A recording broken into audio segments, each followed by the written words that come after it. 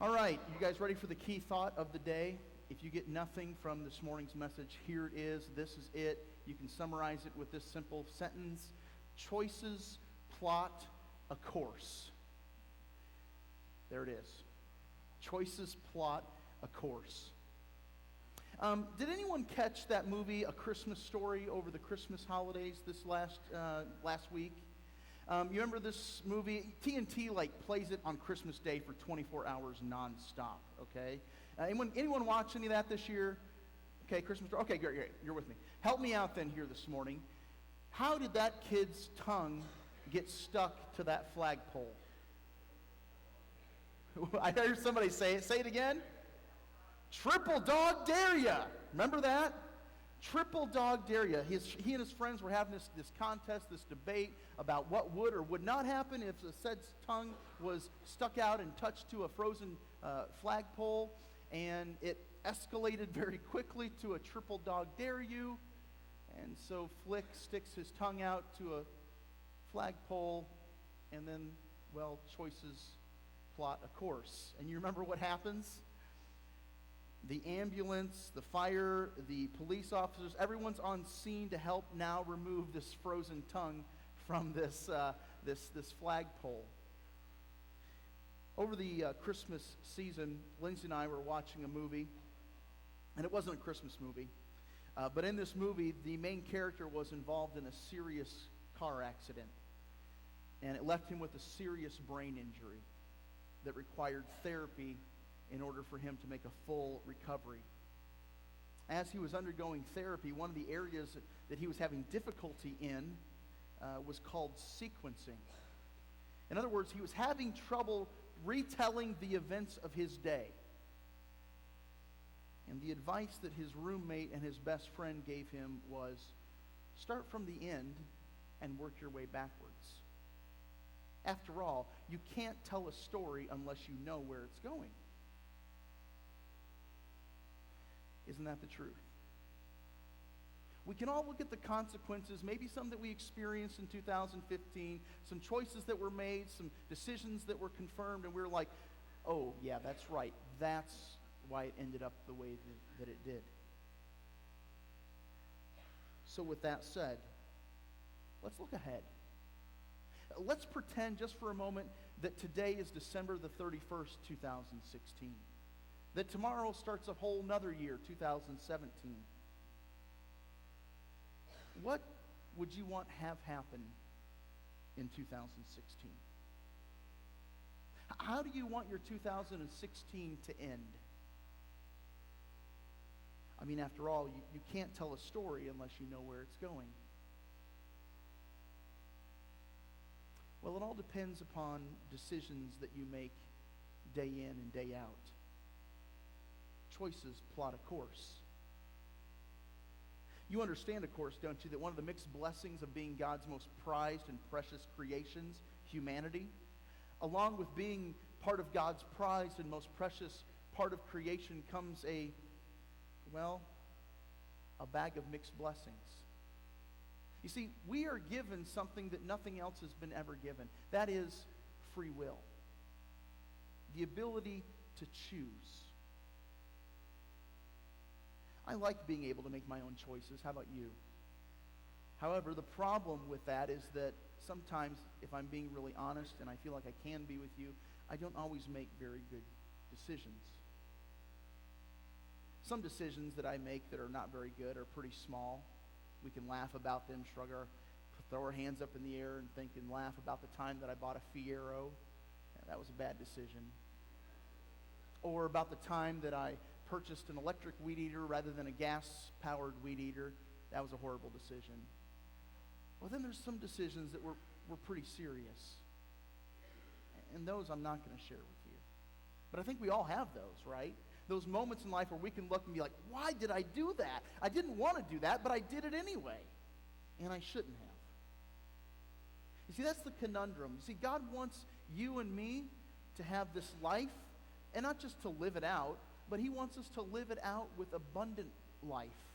He wants us to experience life to the full. That's what John chapter 10, verse 10 says.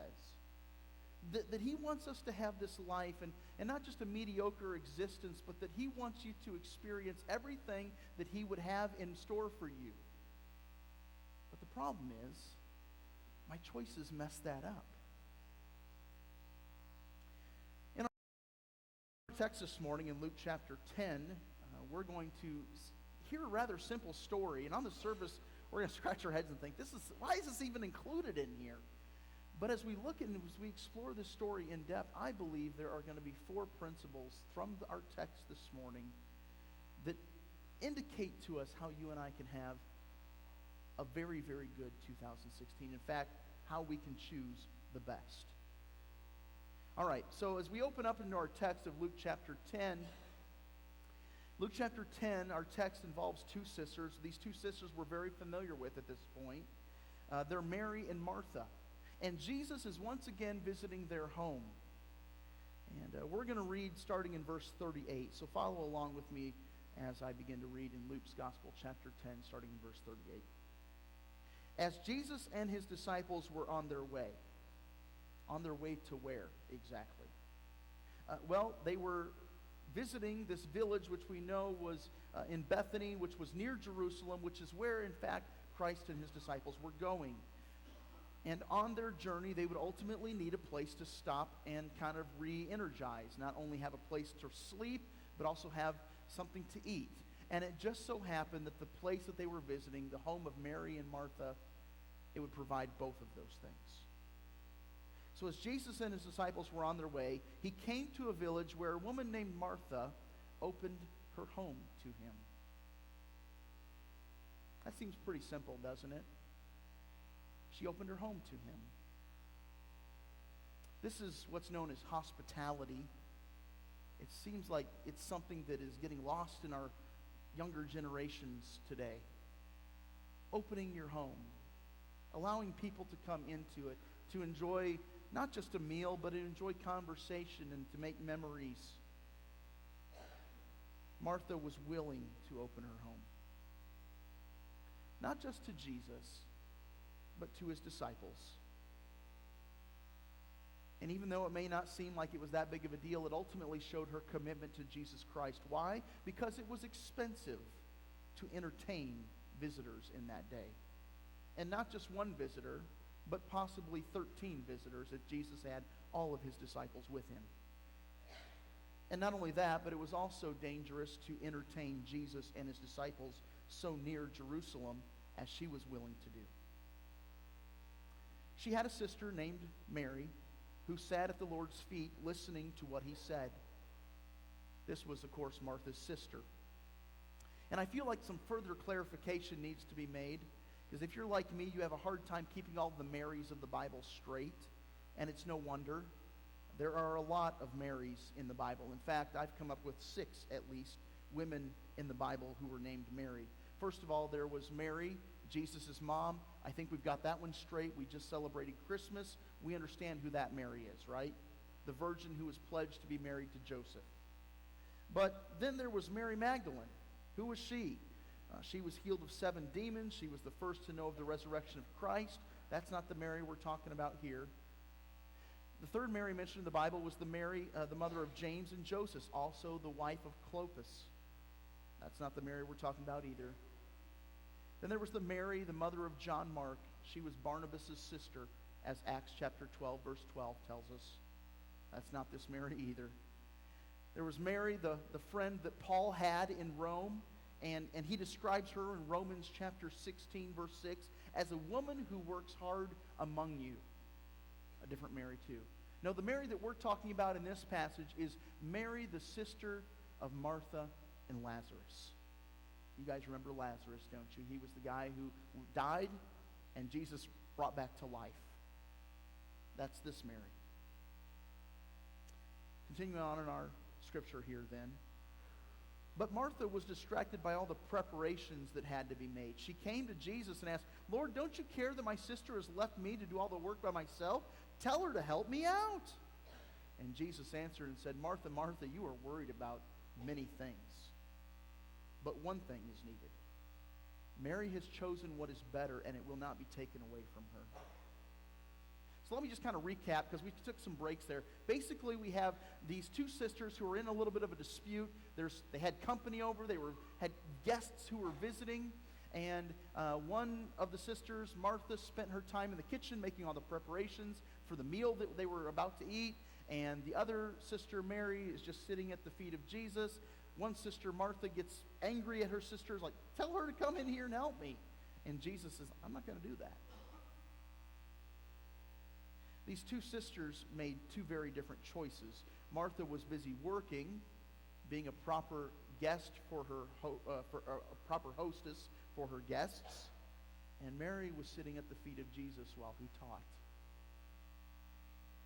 Martha wanted Jesus to make it right. Tell my sister to get in here. I'm not going to do that, he says, because Mary has chosen what is better, and it will not be taken away from her.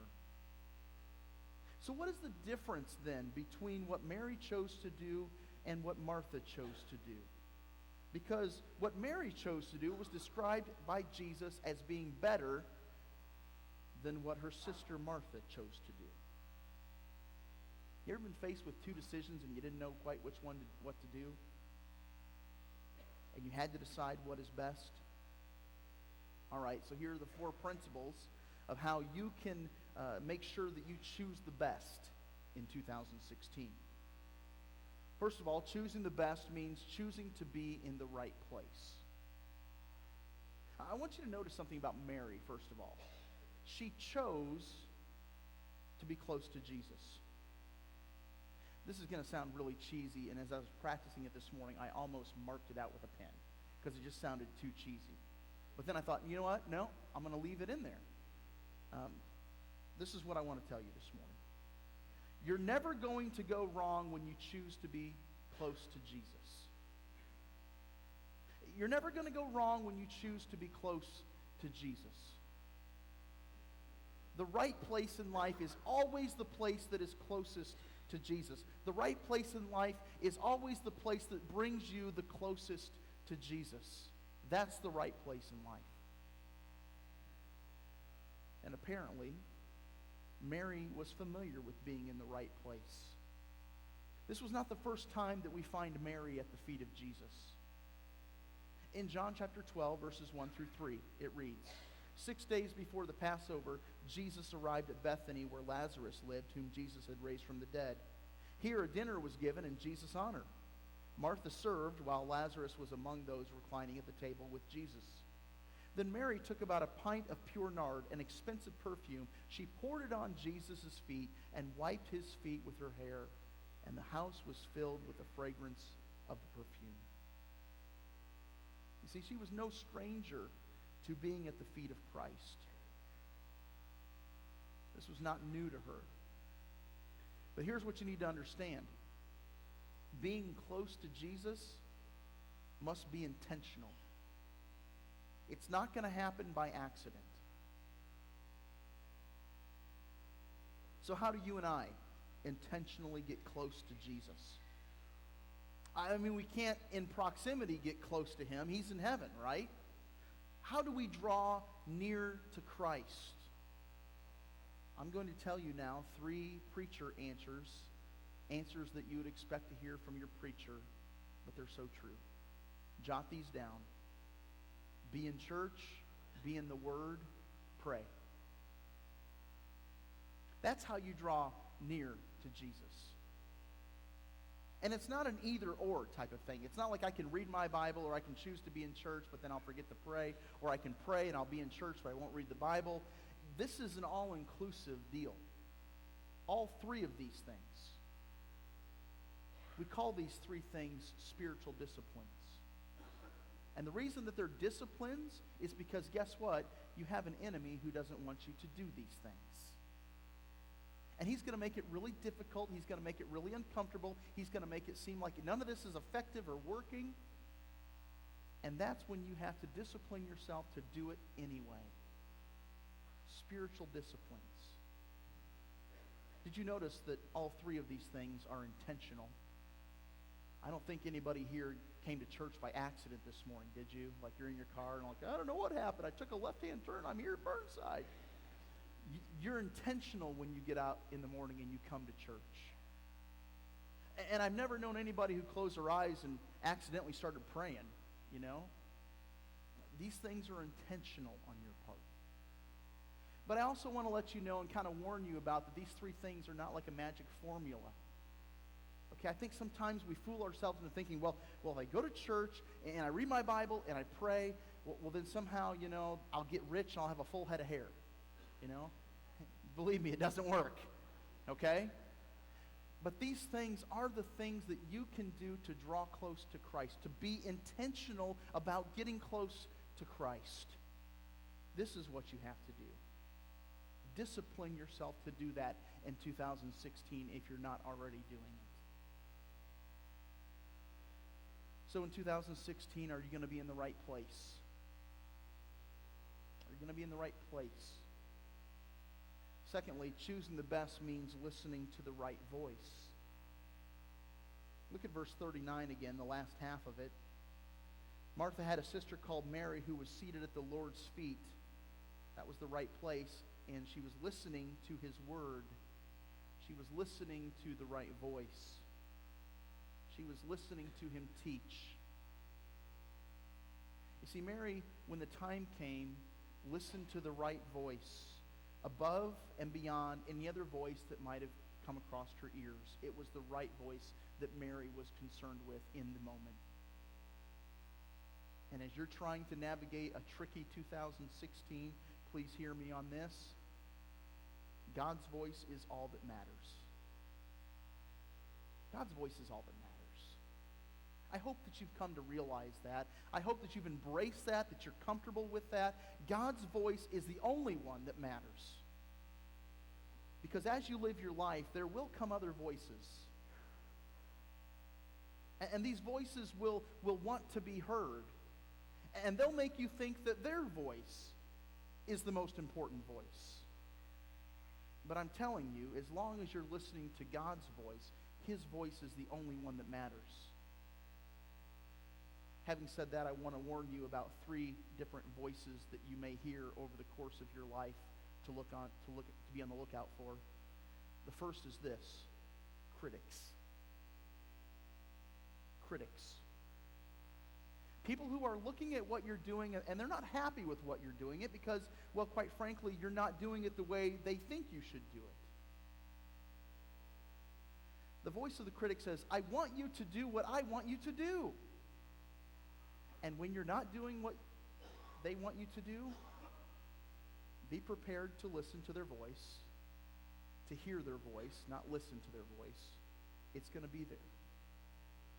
And the critic can come in all sorts of forms. It can come as a spouse, as a parent, as a friend, as a neighbor. It can come in a lot of different ways. But if you're listening to God's voice and you're being obedient to God's voice, the critic's voice doesn't matter. The critic's voice doesn't matter. The second voice I want to warn you about here this morning is the voice found in guilt trips. The person who is setting you on a guilt trip is manipulative, and they're often fond of the phrase, if you do that, it will make me very disappointed and sad. That's the voice of the guilt trip. And I have to tell you here this morning, if you're doing what God has called you to do, the voice of the guilt trip doesn't matter a whole lot. It doesn't matter if it's your mom or your mother-in-law or your wife even or your husband. If you're doing what God has called you to do, this voice doesn't matter. Here's the third voice I want to warn you of here this morning. And it's funny because we thought we were done with this voice when we graduated from high school, but no, we really weren't. It's the voice of peer pressure. It's the voice that says, come on, do what we're doing. Isn't it funny how peer pressure affects us as adults? I mean, we thought that was something we left behind in grade school, certainly at maybe college. And we thought that when we reached adulthood that, man, I'm going to live this life on my own. I'm not going to live up to the expectations of what everybody else is doing. I'm going to do what I feel like I want to do. And you find more so than not that voice is very much a loud voice in the lives of many today. Do what we're doing. Again, God's voice is the only voice that matters. And if you're doing and obeying and listening for God's voice, then these three voices don't really matter a whole lot. They may make you think that they matter a whole lot, but in the big scheme of things, they really don't. Going back to our text, I wonder what kind of voice Martha was. I wonder what kind of voice Martha was. Maybe a mixture of all of them. I imagine that Martha first gave subtle hints that she was annoyed that her sister was sitting out there not helping me in here. Don't you imagine that was how it was? Maybe, she was in the kitchen. She maybe banged some pots together a little bit louder, maybe closed some cupboard doors a little bit harder than normal to let everybody know, hey, I'm in here working. I could use some help in here. And maybe when that didn't work, perhaps that she resorted to a little bit more direct communication, standing in the doorway with hands on the hips, giving the stink eye, or maybe the death stare. And when that didn't work, maybe she did use and resort to maybe some harsh words with her sister. Can't you see? We've got a lot of stuff to do. There are 13 people we need to feed here today.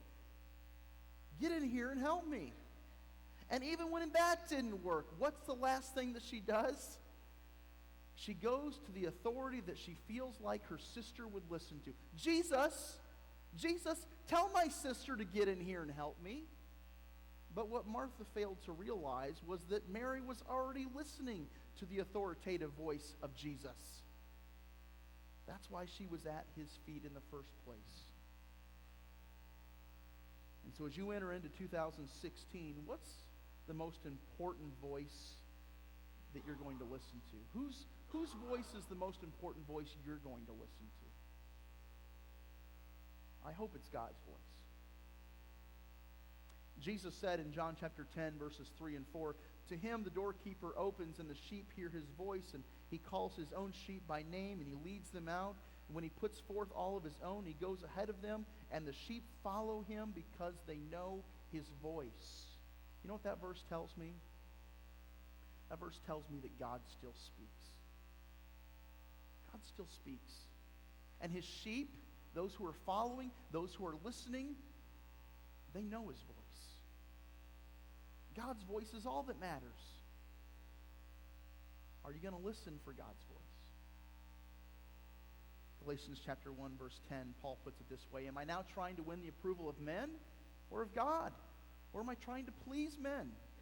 If I were still trying to please men, I would not be a servant of Christ. And what he's saying there essentially is this: God's voice is all that matters. If I'm doing what God has called me to do, it doesn't matter my critics. It doesn't matter the guilt trippers. It doesn't matter any of the peer pressure people that are out there.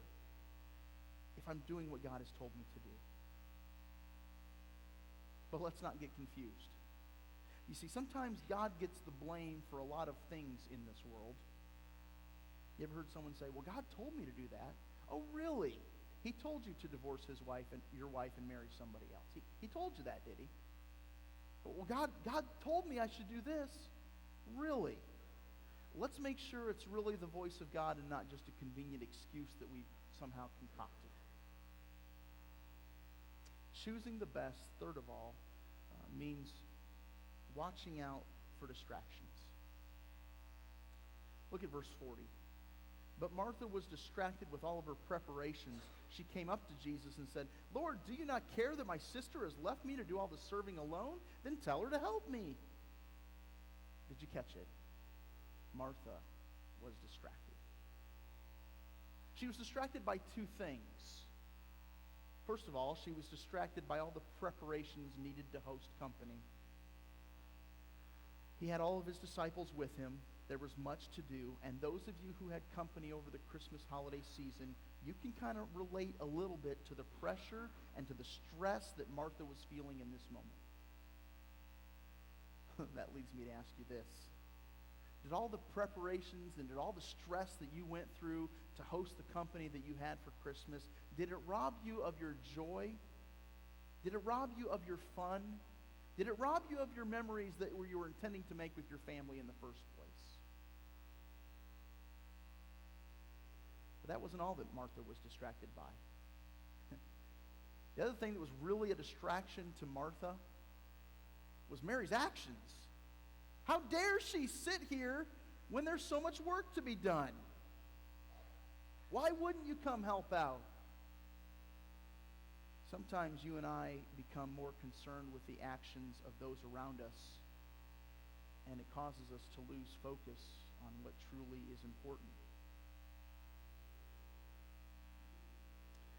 That leads me to ask this introspective question: what's distracting you? What's distracting you from listening to the right voice, from being in the right place, to doing the right things that God would ask you to do? What is potentially distracting you from that? Let me give you 5 common distractions found in this life. The first is money. 1 Timothy chapter 6, verse 10 is a warning about the love of money and how the love of money, if you love money more than you love anything else, that's the root of all kinds of evil. And so many people have traded integrity and things that are valuable, things that you can't buy with money, that they've exchanged that for a little bit of money. It's a distraction. And people have done some pretty stupid things because of their love for money. Second thing the Bible talks about that's a distraction is popularity, wanting to be liked by people, being a people pleaser. That's Galatians 1:10 again. Am I now seeking the favor of men or of God? Third thing the Bible talks about that can be a distraction are your possessions. Now, it's not wrong to have possessions, but it's wrong when possessions have you. You've heard that before. And in Matthew chapter 6, verse 19, Jesus warns, and he says, "Do not store up for yourselves treasures here on earth, where moth and rust destroy, and where thieves break in and steal." Don't be consumed with getting those things that you forget about what's truly important. Hebrews chapter 12, verse 1 reminds us also about a fourth distraction, that is sin. Sin can be a distraction. It can be fun. It can bring a little bit of temporary happiness. But what we forget is that sin is cumbersome. It is cumbersome. It traps you. It enslaves you. It really makes life not so much fun. And the last thing, and it's a big thing, and I feel like we as the church are kind of losing the war with this one: worry. Worry. So many Christians worry. It's almost a pandemic. And it's a distraction. Worry robs you of joy. It robs you of happiness. It robs you of the things that you're supposed to do. If you're living your life with the what-ifs in life, that's a distraction. And Jesus reminds us in Matthew chapter 6, verse 27, who of you by being worried can add even a single hour to your life? God's in control. He's got it. Distractions will happen, but when they do, it's best to recognize it quickly and then continue on with following Jesus. So choosing the best means choosing to be in the right place, listening to the right voice, avoiding distractions, and the final principle of choosing the best, it means to set the right priorities. If you're going to choose the best, you've got to choose the right priorities. You've got to make the main thing the main thing. Well, what's the main thing? We're going to get to that in just a second. Let's read verses 41 and 42 of Luke chapter 10. But the Lord answered and said to her, "Martha, Martha, you are worried and bothered about so many things, but there's only one thing to be worried about. And Mary has chosen the good part, which shall not be taken away from her." You see, Mary and Martha both make a choice. They each had the same options there before them. One chose to work in the kitchen. One chose to sit at the feet of Jesus. How did they make their choice? Well, they made their choice based upon what was important to them, what they felt was necessary. And I want you to notice this. Their choice wasn't based upon what they liked better. Because if that were true, Martha would never have entered into that kitchen in the first place. Their choice was made upon what was more important, what was more pressing, what was more urgent to them. Two questions to help you determine what's important. If you're having a difficulty knowing what is important, what should be a priority in your life, two questions to help you determine the answer to that. The first is this: what do you treasure? What is it that you treasure? Jesus said in Matthew chapter 6, verse 21, "For where your treasure is, there your heart will be also." What do you treasure? And as you think about what it is you treasure, I want you to answer it very carefully and truthfully. Because if you don't answer it carefully and truthfully, it's going to be revealed by the second question. And if you're having trouble answering the first question, ultimately the second question will answer the first question for you. Here it is. Where do you spend your time, your money, and your abilities? See, for a lot of people, they may say, if we were to ask them, what do you treasure? Oh, I treasure my family. You treasure your family. How many hours a week do you spend doing things with your family? Others may say, well, I treasure God. How many hours a week do you spend with God? You see, the things that we treasure should be determined by how we're spending our calendars and our checkbooks or our bank statements, right? Because where your treasure is, there your heart will be also. What do you have at your disposal? You have time, you have talent, you have resources. That's what you have. And how you use those things will determine what you truly treasure. So going back to our text, I want you to notice that Jesus in the NIV uses the word better, that Mary chose what was better. I want you to understand that Jesus doesn't rebuke Martha for what she had been doing. But he also wasn't going to command Mary to stop command Mary to stop what she was doing to help her sister Martha out. You see, both serving and learning from Jesus were things that were very noteworthy. But what made Mary's choice better was that it was a higher priority than serving at that time. Jesus' time on earth was very limited. He would only be around for so long. There would always be time for serving and making meals and cleaning up. And Mary chose something that was better by spending that time learning from Christ. There were many things that we're told Martha was worried and upset about, but Jesus told her only one thing is needed. And basically what Jesus is saying is, hey, get your priorities straight. How many of us would receive that same message from Christ for 2016? That as we look back over the calendar of 2015, yeah, clearly I did not have my priorities where they needed to be. 2016 is going to be different. Just a couple of final observations here as we close. First of all, when you choose what's best, you're going to have people in your life that won't be happy about it. They themselves might even be followers of Jesus Christ. And they may not understand what it is you're choosing. In fact, they may not even see it as best at the time. And that's okay. You choose what God said is best, and you're never going to go wrong. And the second observation is this. When you choose what's best, the blessing of that will be yours to keep forever. Jesus told Martha that because Mary chose the best, that it would not be taken from her. And you need to know that choosing the best will last an eternity for you as well. So let me ask the question that we started with. How will your 2016 end?